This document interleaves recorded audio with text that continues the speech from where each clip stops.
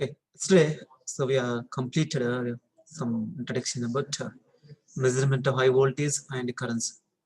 Okay, today I was explained some concept about measurement of high voltage and currents by using IIT Kharagpur virtual labs. Okay, so today is also I will start one concept from third unit, that is measurement of high voltage by using, that is called measurement of impulse voltage by using resistance potential divider and capacitance potential divider. Okay, so in first and second unit, so we are mainly concentrating on generation of high voltages and high current by using different type of circuits. Okay, AC and DC both. And then third unit, so we are mainly concentrating on measurements. It's clear. Third unit, we are mainly concentrating on measurement of high impulse voltages and high currents also. So these are the different type of methods, you know well. It's clear. These are the different type of concept we have to learn in the third unit. Peak voltage, impulse voltage, and high direct current measurement method, cathode CRO. Okay, for voltage, impulse voltage, and impulse current, and a measurement of dielectric constant and loss factor, and finally partial discharge measurements. So these are the different type of concept we have to learn. Okay, we have to focus on these are the different type of concept in third unit. Okay, so this is the one of the experiment setup we already completed yesterday. Generation of impulse voltage. The circuit is called impulse voltage generation circuit measurement. So generation is completed. Then our main important concept is measurement. By using the max circuit, we are generated very high impulse voltages, and then next thing is we have to measure this much of voltages. Okay, so there are the different type of methods are there to measure. So we will discuss one by one for AC and DC. Okay, and also impulse voltage and impulse current. This is one of the simple experiment to generate very high impulse voltages. Impulse voltages. This spark gap, you know well. So during charging, these are the different type of capacitors. Okay, by using capacitors and spark gaps, we have to generate very high impulse voltages across the test object. Am I right? During charging condition, all capacitor acting as a parallel, and during the charging condition, by using spark gap arrangement, the all capacitors are acting as a series. Then high voltage appear across the high impulse voltage appear across the test object. So why? Because the lightning over voltages, switching over voltages are very high voltages and with very less time. The very high voltages, thousands of volts, that is kilovolts. Okay, kilovolts of voltage can be applied across the insulated disk if lightning hazards appear on insulated disk. If lightning hazards are falling on insulated disk, very high voltage appear across the disk. So to protect that much of voltage, we have to install the perfect device. We have to check the device properly. Then only it is possible to place at transmission lines. Okay, in a proper way. Otherwise, there is maybe a disturbance in the transmission lines. If you are not used perfect device in transmission line insulators, without checking of insulator, if you are placed in a transmission line, it's very difficult to maintain the continuity of power supply. So to maintain the continuity of power supply, this protecting devices and insulators are working properly. Then only it is possible to transmit the high voltages from generating station to the load. So that's why this measurement of high voltage is also one of the important concept. Not only generation, and also measurement also is one of the important concept. And this voltage is applied to the insulated disk, and we have to measure it can withstand the voltage or not. You know, well, this is a very, very less time, microseconds only, very less time, microseconds. This much of voltage appear. Okay, so approximately 25 27, 28 approximately. That much of voltage appear across the insulated disk within microseconds, same as lightning hazards. Lightning hazards also this much of voltage appear across the insulated disk within the microseconds. Okay, by applying this much of voltage across the insulated disk, we have to check it is working properly or not. That is our main concept. Okay, this called up to here. This time is called wave front time and up to 50%. That means here this much of time is called only this 50% means 30, 50% means 15, approximately 14, 15. It's called wave till time. Okay, so this is called current generator, impulse voltage generator. This is a impulse voltage. This is current generator. The impulse current generator, this by using this, so it is used to generate very high current, and this high current passing through the insulated disk, and we have to check the is working properly or not. Generally, the relays are current sensing devices. Okay, if the high current is passing through the relay, and it sends the signals to the circuit breaker, and circuit breaker will open the contact. That means by high current, by impulse current, by using impulse current, we have to check the insulate circuit relay is working properly or not. Okay, practically we have to check by applying this much of current, kiloamps of current applying to the relay, and then we have to check the relay is working properly or not. Okay, this much of current is applying to the relays and circuit breakers and insulators. Okay, current in kiloamps, approximately 2.5. Okay, that much of current is up here, kiloamps, 2.5 amps, kiloamps of current is passing through the relay. That is called a short circuit current. Okay, during fault condition, the relay is working properly or not. Circuit breaker is working properly or not. By applying this much of current, only we have to check the is working properly or not. Okay, it's clear. So then, measurement of impulse voltages and light impulse voltages. So all of you right? Measurement of impulse voltages, that is called lightning and switching voltages. These impulse voltages are generally we have to observe across the lightning. When our lightning is falling on transmission lines, okay, this high voltage appear. Okay, that's called lightning and switching voltage also. During switching action also, the high impulse voltage generated across the devices. Okay, so first general layout of impulse testing methods. First we have to concentrating on general layout of impulse testing methods. Second one, resistance potential divider. All of you know this concept. Second one, resistance potential divider. First one, general layout of impulse testing methods, and the second one, resistance potential divider, and third one, capacitance potential divider. Okay, so one by one we have to discuss. First, general layout of impulse testing methods. First, learning objectives. So what are the concepts we have to learn today? So introduction to impulse testing methods. Okay, introduction to impulse testing methods. First one we have to concentrating on. Second one, circuit operation of resistance potential divider, and the third one, circuit operation of capacitance potential divider. Okay, so all of you draw this diagram. Impulse layout of impulse testing circuit. Layout of impulse testing circuit. All of you try to concentrate here. This is called generator. Okay, generator. This is called a test object, and then this is called potential divider, and this is called measuring meter. That may be CRO or peak voltmeter, whatever it may be. Okay, these are different type of grounds. Okay, groundings. It's clear. All of you draw this. Understood? First, generator. You know well, generator is nothing but this is called generator. Impulse voltage generator.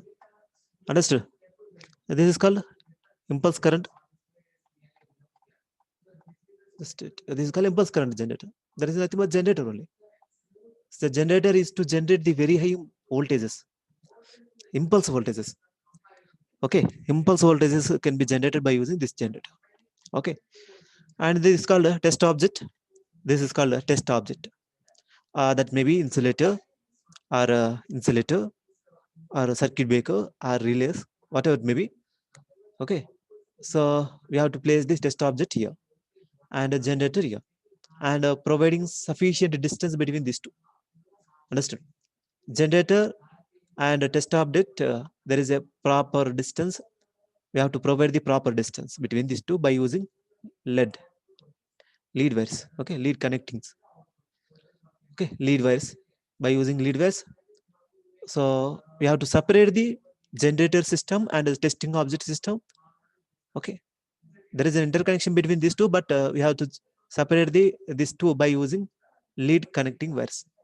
Okay, so because of very high voltages generated by using this impulse voltage generator, max circuit. Okay, very high voltage generated by using this. So, and then this test object, if any, for example, if you are applying high voltages to the impulse voltage to the test object, so if the test object it can withstand that much of voltage, there is no problem. If test object with can withstand that much of voltage, there is no problem. But if test object is failure, so what happen? If test object is failure means there is maybe a dead short circuit occur between the generator and test object, and this is the connect divider. No? In between these two, there is a huge amount of current passing through the generator system to the test object and divider also like this. Okay, that's why we have to maintain the distance between the generator and a test object and a divider, the proper connecting leads. Okay, understood. And this called divider, potential divider. So the potential divider used to convert high voltage into low voltages. Understood? The potential divider is used to convert the high voltage into low voltages, and then the low voltage we have to measure by using measuring equipment. That may be CRO or peak voltmeter, whatever it may be, through the delay cable. Understood? First, we have generator by using generator, that is called max circuit impulse voltage generator. By using impulse voltage generator, we have to generate very high voltages, and this very high voltage is appearing across the test object through connecting leads. Okay, this connecting lead is must be proper distance. Okay, and also the test object and potential divider also we have to maintain the proper distance. Okay, and this measuring equipment meter is connected to the potential divider to the delay cable. It's clear? So this is the concept. And here first one, all of you try to consider here. First, high voltage generator is connected to the test object through lead wires and high resistance to control short circuit current. Understood?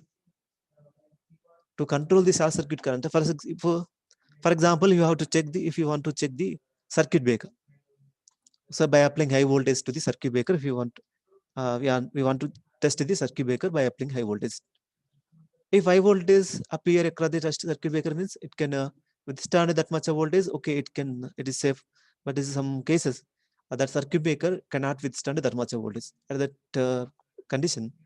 So the circuit maybe fails. Okay, if the test object fails at that condition, the huge amount of current is passing through the another equipments. That's why. So we are using one lead high voltage generator is connected to the test object through a lead wires, and this high resistance to control the short circuit current, and also damp out any oscillations due to stray inductance. Okay, so because of high voltages, high voltage generation, this stray inductance that is called external fields passing appear on a test object, and also the external fields appear affecting on a divider and meter also. Okay, so in order to avoid that external stream magnetic fields to the divider and meter, and so what we have to do, so we have to place the connecting leads with very high resistance. Okay, it's clear. Understood? And the second one, the measuring system consisting of a voltage divider connected through a connecting lead to the test object, also connected through a delay cable to the meter or CR. It's clear. Understood? So connecting lead and delay cable. The divider and meter is separated by a delay cable. So the delay cable suppress the stray magnetic field, external magnetic field. The delay cable suppress the external magnetic field. That means there is no errors on measuring system. Okay, there is no errors on measuring system. To avoid the external stray magnetic fields, we have to use delay cable. It's clear. And next, the grounding is done thoroughly using metal strips or a sheet of copper or aluminum at all locations to keep ground potential to 0 voltage even during severe transients. Severe transients. That means, so impulsion is nothing but transient. No? Impulse voltage is nothing but transient voltage only. Okay, so impulse voltage appear across the test object the very less time, microseconds or picoseconds. That is nothing but transients only. Okay, so at that condition, what we have to do, we have to use proper grounding system. Then only our equipments are safe. Okay, so that is about next fourth one. The voltage divider is always connected to outside of generator. The voltage divider is always connected outside of the generator circuit to minimize the error due to voltage drop in the leads in case of test object failure. Okay, it's clear. The voltage divider, this is called voltage divider, is always connected outside of the generator circuit to minimize the error due to the voltage drop in the leads in case of test object failures. So there is a proper distance between the test object and divider.